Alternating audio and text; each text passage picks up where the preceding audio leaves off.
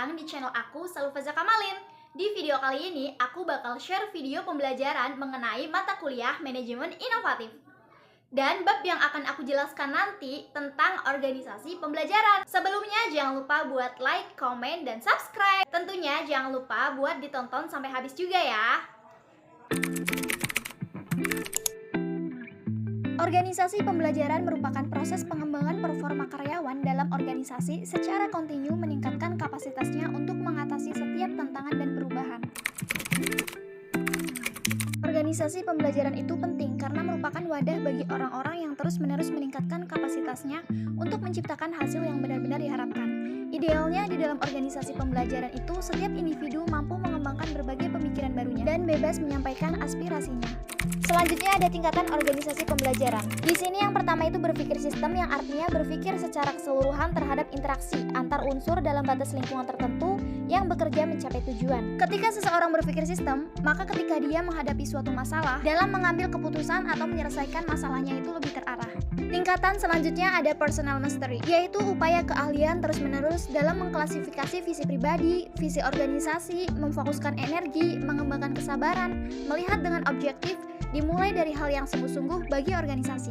Seseorang yang memiliki personal mastery yang kuat tidak hanya membawa kemajuan buat perusahaan atau organisasinya, tapi juga dia akan membawa kemajuan untuk kehidupan pribadinya. Karena seseorang yang memiliki personal mastery yang kuat, dia akan mempunyai komitmen yang tinggi, visi yang jelas, dan juga mampu menerima keadaan yang dia hadapi saat ini. Tingkatan yang ketiga ada mental model, yaitu kemapanan sikap mental atau model mental yang dimulai dari penguasaan pribadi yang tinggi dalam keadaan hidup selalu belajar. Mental model juga merupakan suatu disiplin yang menggambarkan proses penilaian pribadi berdasarkan asumsi dan generalisasi yang ditangkap yang dapat mempengaruhi individu dalam melakukan sebuah tindakan dan pengambilan keputusan. Tingkatan yang keempat yaitu membangun visi bersama, yang artinya kenyataan perjalanan terus-menerus sepanjang berhubungan dengan visi kepemimpinan yang memberi inspirasi pada organisasi, merupakan kapasitas untuk berpegang pada gambaran bersama akan keadaan yang ingin diciptakan di masa yang akan datang. Pada tingkatan keempat ini menggambarkan begitu besar dan pentingnya peranan seorang pemimpin sebagai penentu arah organisasi.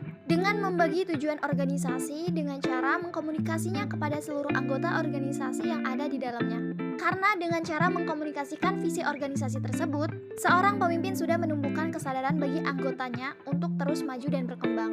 Tingkatan yang terakhir yaitu tim pembelajaran. Pembelajaran dalam tim dimulai dengan dialog, merupakan kemampuan anggota tim untuk menunda asumsi dan masuk ke dalam pikiran bersama secara murni. Dengan adanya proses pembelajaran secara bersama-sama, berarti suatu organisasi telah mempererat ikatan bagi seluruh anggota di dalamnya.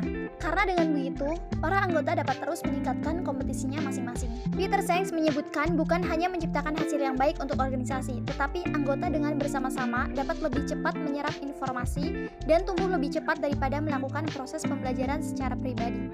Yang akan dibahas selanjutnya yaitu mengenai teori pembelajaran dalam organisasi. Yang pertama ada teori operant conditioning atau Skinner. Teori ini mengungkapkan bahwa tingkah laku bukanlah sekadar respon terhadap stimulus, tetapi suatu tindakan yang disengaja atau operan. Tingkah laku itu sendiri merupakan perbuatan yang dilakukan seseorang pada situasi tertentu. Tingkah laku yang dimaksud di sini terletak di antara dua pengaruh, yaitu pengaruh yang mendahulunya dan pengaruh yang mengikutinya. Dengan demikian bahwa tingkah laku itu bisa diubah. Kondisi inilah yang membuat perilaku orang mau belajar secara sukarela untuk memperoleh imbalan atas prestasi atau kegagalan atas kesalahan yang diperbuatnya. Teori selanjutnya yaitu classical conditioning. Ivan Pavlov, ahli psikologi Rusia, melakukan eksperimen dengan mengajarkan anjingnya untuk merespons suara lonceng.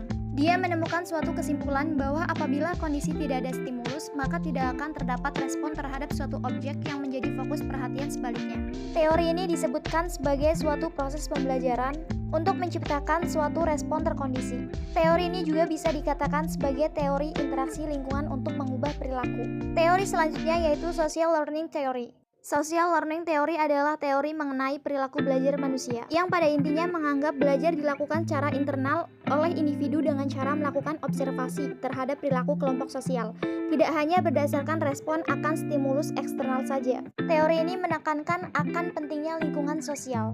Individu yang demikian dalam teori ini dipandang memiliki efikasi diri, yang dimana membuatnya dipandang cakap secara sosial. Social learning teori ini juga sering disebut sebagai socio-behavioristic approach. karena merupakan sudut pandang sosial dari teori behaviorisme. Selain itu, teori ini juga disebut sebagai social cognitive theory karena menyangkut kecerdasan atau proses mental kognitif seseorang dalam sudut pandang sosial. Robbins menguraikan tentang social learning bahwa orang atau masyarakat akan melakukan pembelajaran melalui pengamatan dan pengalaman secara langsung tentang terjadinya masalah atau objek.